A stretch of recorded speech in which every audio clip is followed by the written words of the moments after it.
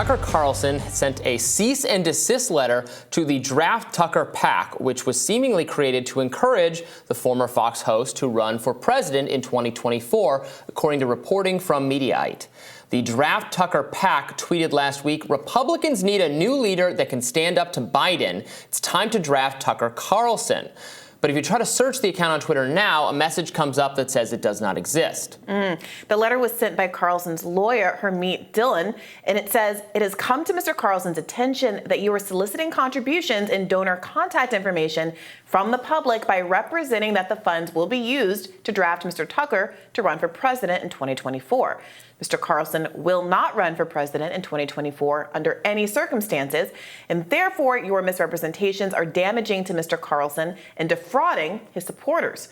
If you do not immediately cease and desist, your efforts to solicit money to draft Mr. Carlson we will use every legal measure at our disposal to vindicate his rights and protect his supporters from these misrepresentations." Good on Tucker for doing this. It is a huge problem in political fundraising in general, but honestly, it feels like a particular problem on the right. Maybe you could tell me that's wrong and it happens on the left too, but there are so many right-wing figures grifting their viewers, supporters, etc., into getting donations. Trump has been just deplorable on this front. I mean, there's no way around it. All of the, donate to help, Mr. Trump secure our elections, blah, blah, blah. It's not going to anything actually approximate political activity. There's a lot of misrepresentation in email campaigns. Some Republicans wonder why these emails keep getting marked as spam, because they're spammy, because you're trying to get people to give you money for very dubious causes. So I am very glad to see Tucker just shut that down. Yeah, it seems like the ethical thing to do. I wonder what you make of the the direct it doesn't surprise me at all. That he is absolutely not interested in running for president. It doesn't surprise me at all. People have always put forth his name without his willingness, without him saying anything at all that could be remotely construed as interest. He has said emphatically many times over that he will not run. He's been saying that as long as when I knew him, when I worked for him years and years and years ago. So I do not expect him to be a candidate. He will play the role of he will exert influence on the nominee in the way that he has by being this very prominent conservative personality with a large following and principles that he wants to shift the party more closely toward. But no, he's not going to be a candidate. Doesn't surprise me. Yeah. And do you think he has an organic distaste for the idea of being in politics, or do you think it has something to do with this race not being the time, feelings that he has about the candidates that have already announced, either positive or negative, seeing an opportunity for him to grow his independent career now that he's left Fox? Do you have any instincts there? Not really. I just think he's not the kind of person. I mean, you have to be a little bit of like a sociopath to run for office, right? Do you have to love giving speeches? And I don't think he likes the politicking part of it, or like the underhanded backroom dealing part. I mean, also he's like, he has a family. He enjoys spending time with his family. It totally takes over your life, and I think it just doesn't appeal to him. Yeah. It appeals to him to have a television show, to talk, to speak, to write, and spend time with his family. And I mean, he enjoys. Right, he has a house in Florida and a house in Maine. I don't think he aspires to return to the district full time either. Yeah. Honestly, I think it's a mix of personal reasons and just not what he's interested in. Relatable, to be honest. Yeah. But again, that's mostly speculation on my part of the impressions I get from the interactions I've had with him. But which I totally understand. I feel 100% the same way. Sure. Well, recent reporting from the Daily Signal reveals Fox News Corporation's official stances on, quote, woke ideology, as well as the outlet's policies on gender transition for employees, which, according to the Daily Signal, says Fox News employees are allowed to use bathrooms that align with their gender identity rather than their biological sex, and permitted to dress in alignment with their preferred gender. They must also be addressed by their preferred name and pronouns in the workplace. Now, these policies reportedly come from a handbook dated January 2021. Former CNN host Brian Stelter tweeted, "This leak is coming 1 month after Tucker Carlson Tonight was canceled.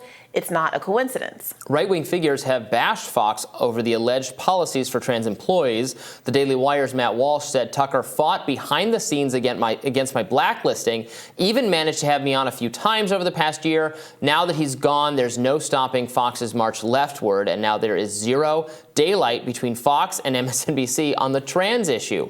Walsh also reportedly called for Fox to receive the full Bud Light treatment.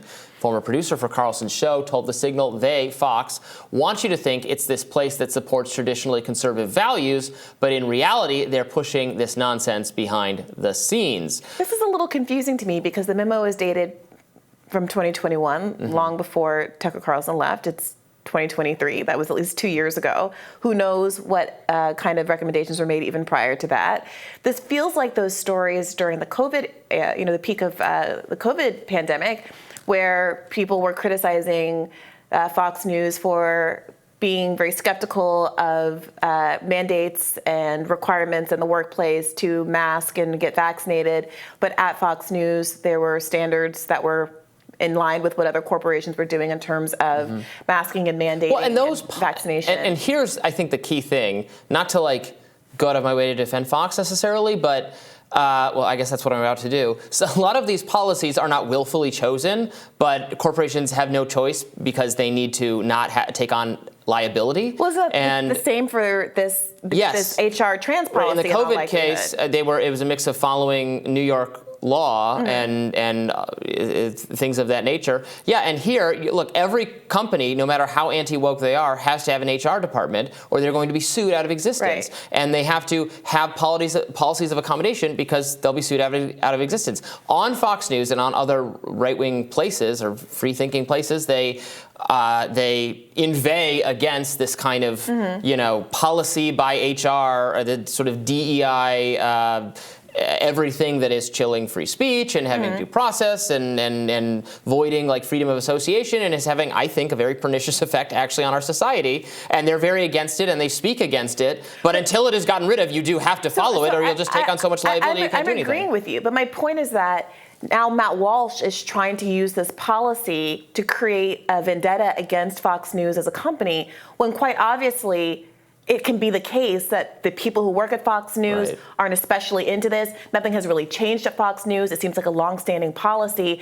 But now there are people who, for various reasons, solidarity with Tucker Carlson, a desire to grow independent media at the expense of legacy media, whatever it is, and you can agree with all those objectives, are trying to use the fact of an HR policy to distort a reality about what Fox is essentially and what the hosts actually believe in order to turn a buck or get viewers or get accolades. It's actually, Matt Walsh is with the Daily Wire.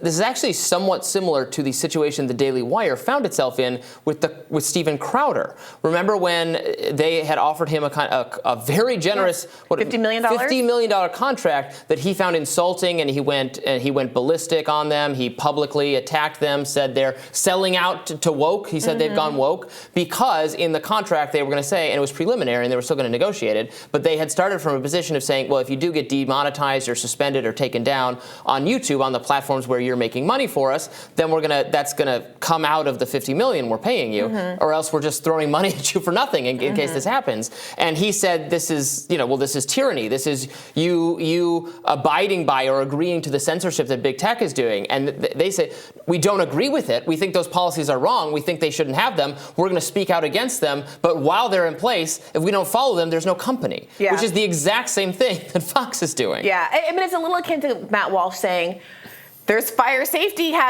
warnings. There's exit signs in the building. This is OSHA wokeness going out of control. More tyranny. Fox. Thank you, Briahna, for calling. Big fire out to abridge more of our freedom. If I want a triangle shirt waist fire, Fox News headquarters, then gosh darn it, that's my entitlement as a free American.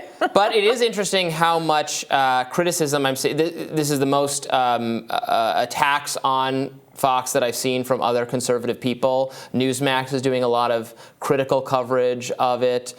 So it is, I think they do smell, fairly or not. Chum in the water. Smell, blood in the water, So it's interesting. We will continue to follow it, and we'll have more Rising right after this.